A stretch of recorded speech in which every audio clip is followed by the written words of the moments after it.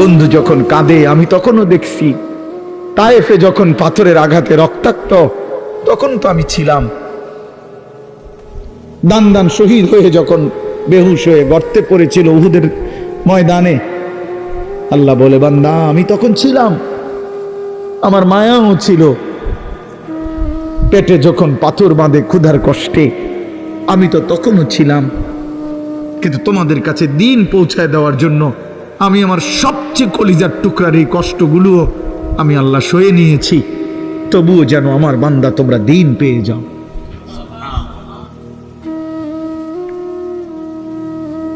কি আশ্চর্য মুসলমান! আল্লাহ তাআলা কোরআনের জন্য বারবার বলছে মা গাররাকা বিরাব্বিকাল কারীম, আমার বান্দা আমার মতো দয়ালু মেহেরবান মালিককে কেমনে ছেড়ে দিলা, আমারে বাদ দিলে কেমনে বান্দা, কেমনে বাদ দিলা, হারামের টাকা কেন ধরলা? আমি কি বলছি আমি আর পারতাম না বান্দা তোমারে চালাইতে? আমি বলছিলাম? আল্লাহ কি বলছে? আল্লাহ কি আপনারে বলছে ওয়া ইম মিন শাইইন ইল্লা ইনদানা খাযাইনুহু? রব্বুল আলামিন বলেন এই সৃষ্টি জগতের সব কিছু আমি আল্লাহর কাছে স্টক সীমিত না, হিসাব করা না বান্দা, খাযাইন আমি আল্লাহর কাছে আছে ভান্ডারে ভান্ডারে ভান্ডারে ভান্ডারে, অগণিত, সীমিত নয়, সীমাহীন, হিসাব ছাড়া। ওমা নুনাজ্জিলুহু ইল্লা বিকদারিন মালুম, কিন্তু আমি আল্লাহ জমিনবাসী তোমাদেরকে দিয়ে থাকি, পাঠিয়ে থাকি পরিমাণ মতো, আছে হিসাব ছাড়া, অগণিত, দিয়ে থাকি পরিমাণ মতো। বুঝেন নাই কথাটা?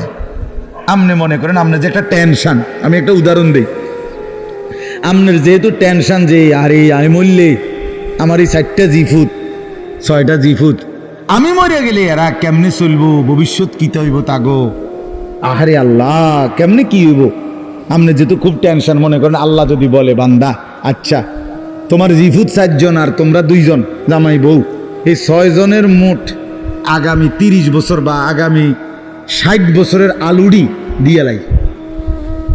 বুঝেন না মামা? যেহেতু একটা টেনশনে পড়ে গেছো তুমি, তো ঠিক আছে কাঁচা বাজারটা দিয়ে লাই, তোমার যেহেতু তোমার জিফুট টিফুট সহ এই মোট আলু, চাল, তেল, সাবান, হ্যাঁ পেঁয়াজ, রসুন, আদাগুলো যা দরকার এটি দিয়ে লাই, তাইলে তো তোমার টেনশন কমে গেল। আপনি আলুডি ছিবেন কো? কথা বলে না, বুঝেন নাই আমার কথাটা?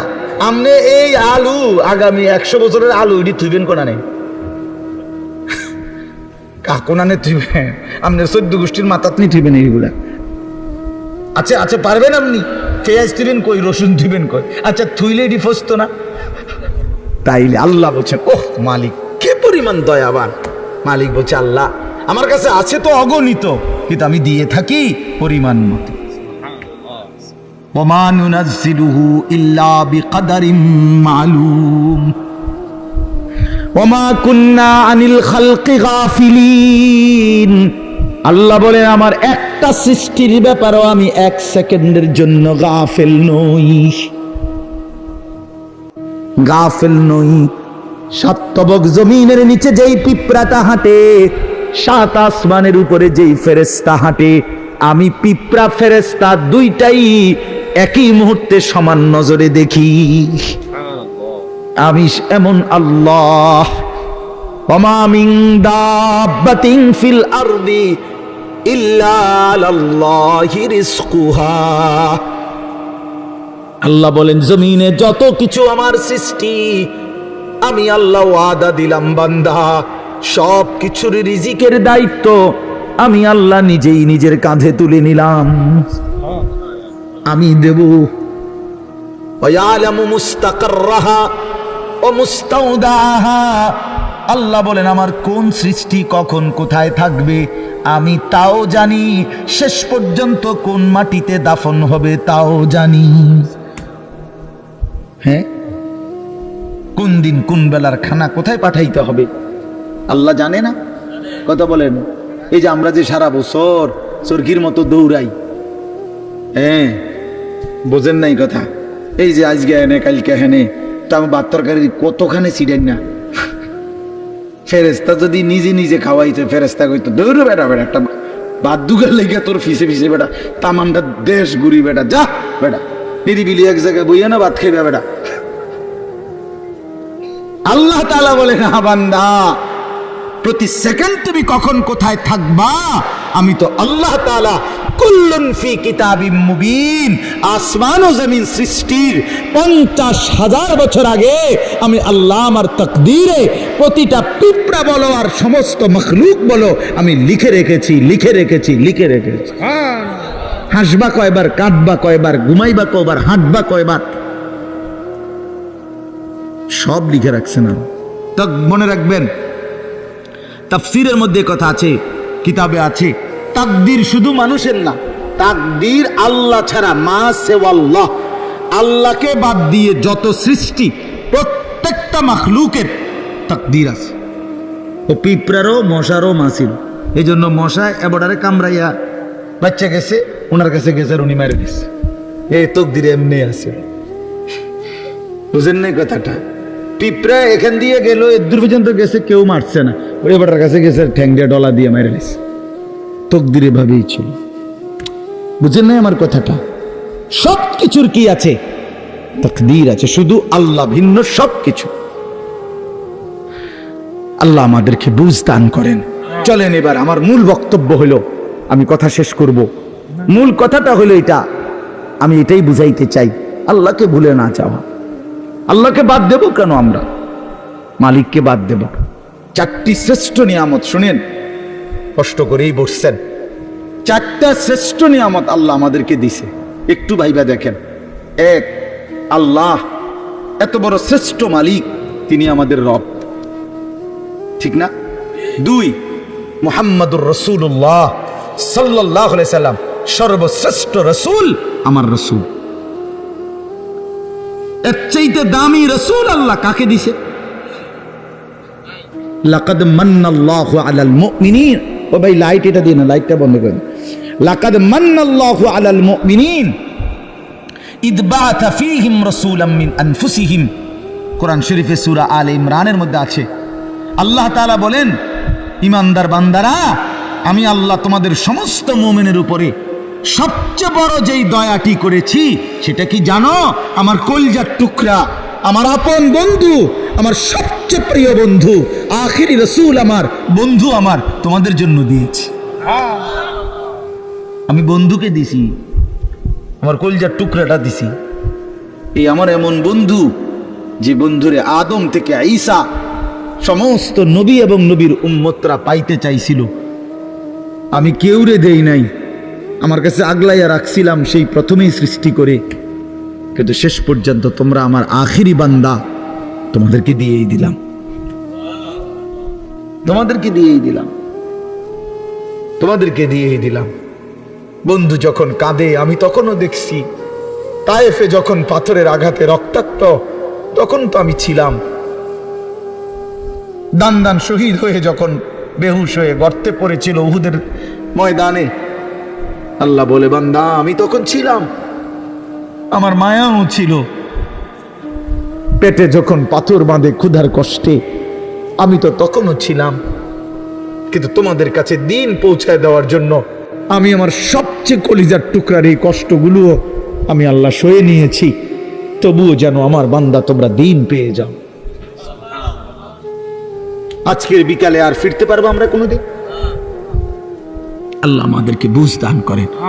ওই জন্য চলেন আমরা আখিরাতের আমল করি, পরকালের আমল করি। আল্লাহ তাআলা আমাদের ঈমান দিয়েছেন, আমাদেরকে আল্লাহ দয়া করে আমগরে মুসলমান বানাইছেন, ঈমানদার বানাইছেন। ছোটবেলায় পবিত্র মায়ের ঘরে জন্ম দিছেন, কালেমার আওয়াজ শুনাইছেন, ডান কানে বাম কানে আজান শুনাইছে। কত আলেম, কত ওলামা, কত আউলিয়া বুজুর্গের কাছে আমাদের এক একজনকে মা বাবা তুলে দিছে, ছেলেটারে দোয়া করে দেন, নাতিটারে দোয়া করে দেন। কত পীর বুজুর্গ, কত আলেম, কত ইমাম হাত মুইসা দোয়া করে দিছে। মক্তবের ইমাম সাহেব কালেমা শুনাইছে, কালেমা শিখাইছে, ছোট ছোট সূরা শিখাইছে। এই সব কিছু বাপ কেমনে ভুলে গেলাম? কেমনে ভুলে গেল এই সামান্য দুনিয়ার জন্য? কেউ নারীর জন্য, কেউ টাকার জন্য, কেউ ক্ষমতার জন্য। পৃথিবীতে মানুষের সবচেয়ে আকর্ষণ এই তিন জিনিস, কারো নারী, কারো টাকা, কারো ক্ষমতা। মানুষের লোভের বস্তু কি? এই তিনটা। এই জন্য কিতাবে আছে ওই নবীজি সাল্লাল্লাহু আলাইহি সাল্লামকে মক্কার কুরাইশরা এই তিনটারই প্রলোভন দিছিল। মুহাম্মদ আসলে ঘটনাটা কিতা?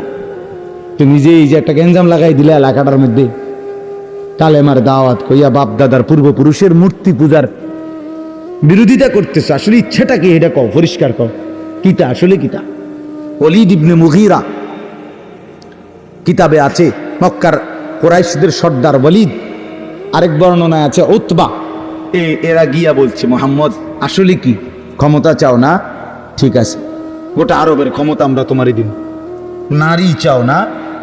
তাইলে যে কয়জন সুন্দরী নারী দরকার আমরা তোমাকে দেব। টাকা দরকার না? তোমার যে পরিমাণ স্বর্ণ দরকার আমরা স্বর্ণ, রৌপ্য, মণি, মুক্তা, হীরা, জহরত দিয়ে দেব। তুমি এই দাওয়াত, এই কালেমার প্রচার এটা বন্ধ করে দাও। আল্লাহর কসম, নবীজি বলছেন, আমি নিজে কি, আমার কাছে কিতাব আছে, হায়াতুস সাহাবার মধ্যে আছে।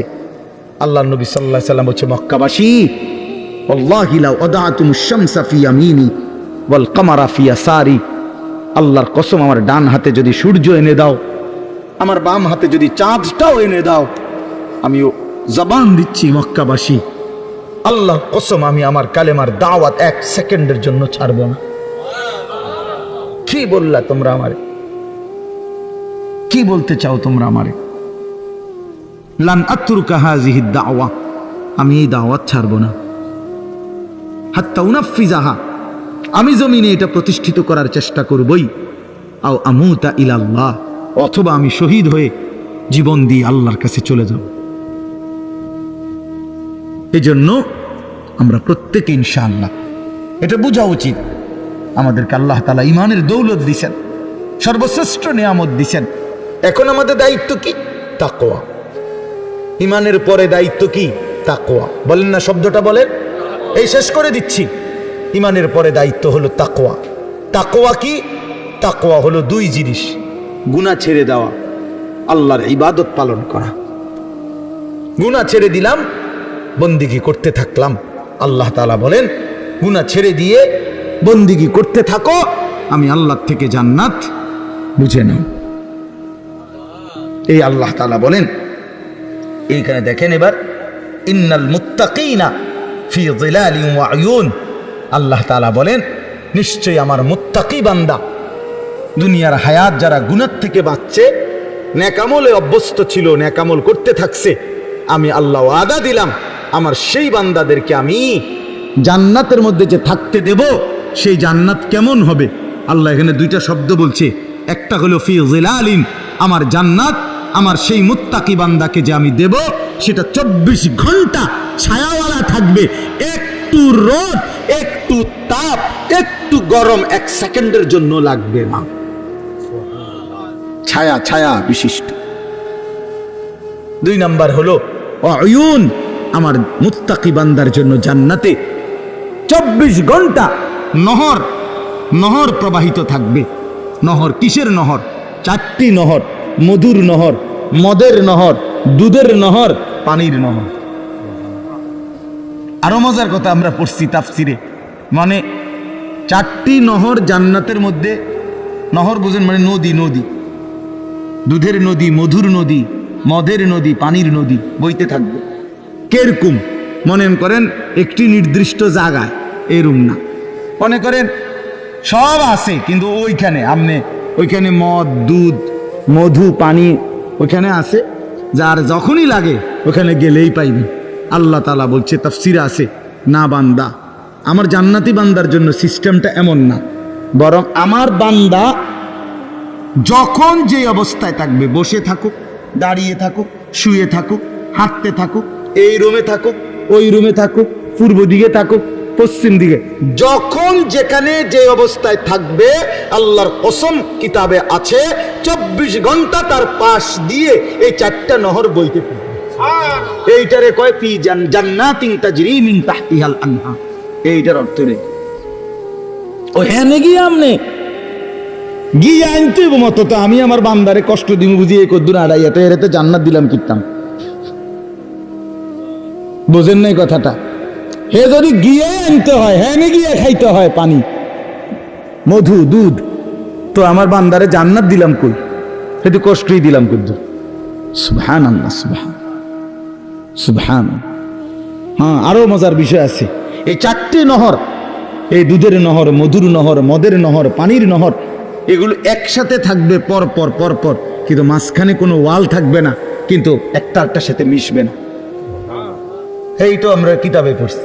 আরো আছে এই পানির নহর, যেটা পানির নদী, এখানে ওই যে মাছ কিলবিল করবে, মাছ মাছ ভাসবে, আর মাঝে মাঝে সুন্দর সুন্দর মাছ মাথা আলগি দিয়া ওই জান্নাতি বান্দাকে বলবে, আতাকুলুনি ইয়া ওয়ালিয়াল্লাহ।